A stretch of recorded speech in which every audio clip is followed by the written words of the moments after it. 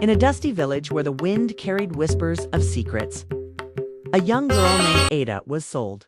Yes, sold by her own parents to a poor man old enough to be her father. The villagers called it tradition, but for Ada it was the day her childhood died. She scrubbed, cooked, and wept under the moonlight, praying for freedom that never came. Yet fate has a strange way of turning the weak into warriors. Years later, when Ada returned, dressed in gold, her eyes sharp as truth, the same people who once pitied her could barely breathe. What happened in those missing years? How did the girl they sold become the woman they now feared, and admired? Hold on tight. This isn't just a story. It's a storm of destiny. Before we uncover Ada's shocking journey, take a second. Hit that like button if you love powerful African folktales. And subscribe for more stories that will shake your heart and inspire your spirit. And hey, Dante, forget to share this one with someone who still believes pain can turn into power, because this story might just change their mind. They said a girl's tears do not fill a pot. But in Ada's village, her tears could have drowned the moon. The night her life changed, the moon was high and full, the kind that makes shadows look alive. Ada was only 15, her dreams still made of dust and hope. Her mother's voice called from the small mud hut, shaking like a leaf in the harmattan wind. Ada, come here, my child. She ran in, barefoot, her braids loose, a smile ready. But inside, 3 men sat on woven mats, strangers with quiet eyes and one old man clutching a walking stick. Her father stood beside them, avoiding her gaze. Something felt wrong. The silence was heavy, the kind of silence that hides betrayal. The eldest man cleared his throat. Your parents have agreed. You'll go with me. You'll be my wife. Ada froze. Her smile vanished like rain in the desert. Wife? Baba, I don't understand. Her mother turned her face away. Her father simply said, it is for your own good, Ada. Times are hard. He will feed you.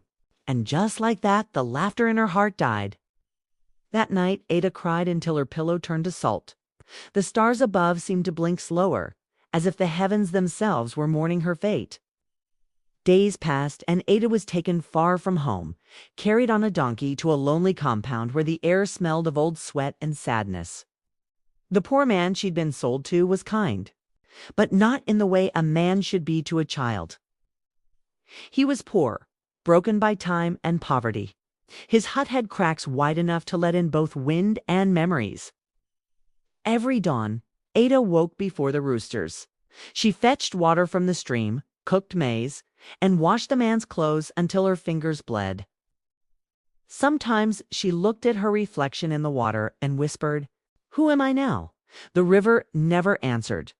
Villagers who saw her pitied her, but none dared speak. It was tradition, they said. A woman belongs to her husband. But Ada's spirit, that spirit refused to die. One evening, she met an old woman at the stream, wrinkled like dry bark, eyes burning with strange kindness. The woman watched Ada silently, then said, "Your pain is not the end, my child. Fire purifies gold. You will rise from this mud, and they will all remember your name." Ada looked up, startled. "How do you know me?" The old woman smiled faintly. "Because I once was you." And before Ada could ask more, the woman disappeared into the mist, leaving behind only the smell of wild herbs and hope. That night, Ada dreamed of a white dove flying over a river of fire. It dropped a seed into her palm and whispered, "Grow." When she woke, something inside her had changed. She began to save small pieces of coin from selling firewood, from mending old clothes, from every tiny opportunity life threw her way. Years rolled like dry leaves in harmattan wind. The poor man grew weaker, and Ada, though still young, had become wise, patient, quiet, and determined. She worked under the sun and moon, every coin she earned buried secretly beneath the mango tree behind their hut. People called her foolish. Why work so hard for a man who bought you? But Ada smiled softly. She was no longer working for him. She was working for her freedom. Then one morning, the man she'd been sold to fell ill and passed away. The villagers gathered, murmuring prayers, And as they left, Ada stood alone, staring at the fading smoke from his funeral fire. No tears came, only peace. With trembling hands, she dug up her hidden savings. The coins shone like tiny suns in her palm. It wasn't much, but it was a beginning, a seed, just like in her dream. She walked to the nearest town barefoot, her steps slow but sure. She found work in a small shop cleaning, learning, saving again. Every night she whispered, "One day I will return." Not as the girl they sold, but as the woman they'll never forget. And as the sun dipped behind the hills, Ada's story began to change. Not in the village, not in whispers, but in her heart.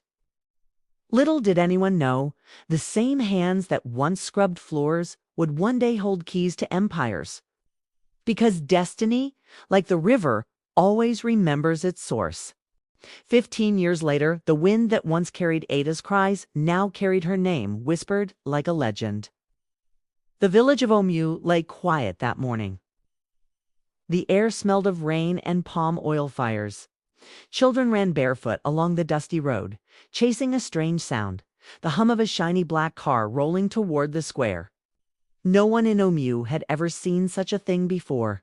The car stopped near the market, and out stepped a woman dressed in gold and white lace. Her skin glowed, her eyes steady like sunlight after a storm. It was Ada, but not the Ada they remembered, not the girl sold like grain. This was Madame Ada Nowak, the owner of the largest textile company in the nearby city. The villagers froze. Some gasped, others whispered, "Is that really her?"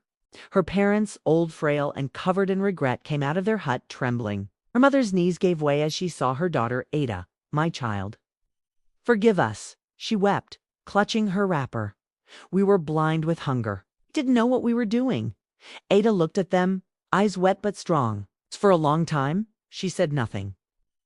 Then she knelt, lifted her mother's chin, and whispered, "You sold me to survive, but your pain made me strong.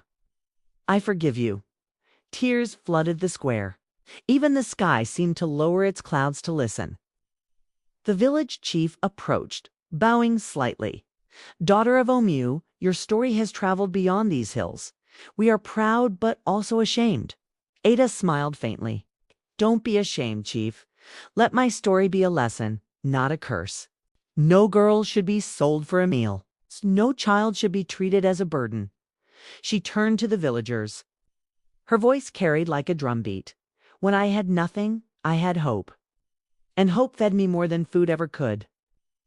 You called me cursed, but see now how pain can become power." The crowd murmured, some crying quietly. That afternoon, Ada gathered the women under the mango tree, the same kind of tree where she once hid her coins. She announced the opening of a women's cooperative fund, giving every widow and mother a small grant to start their own business. "This land gave me pain," she said softly, "so I'm giving it healing." Her mother sobbed and held her tightly, whispering prayers of gratitude. Her father, broken by age and guilt, could only nod and weep silently. As the sun set, Ada walked alone to the stream, the same stream where she once met the mysterious old woman. The air shimmered with golden light, and for a brief moment she thought she saw her again, that wrinkled face smiling through the mist. "You grew, child," the voice echoed gently, just as the seed promised. Ada smiled, her heart light. She dropped a golden ring into the water and whispered, "For every girl who is told she is nothing, may she rise." The ring sank, and the ripples spread wide, touching every corner of her memory. The next morning, Ada left the village, not out of anger, but peace. Behind her, the people waved, singing songs of her name. Children called her Mama Ada, the woman who turned sorrow into strength. And though she never looked back, her story became a flame in their hearts, a reminder that no beginning is too poor for a powerful ending.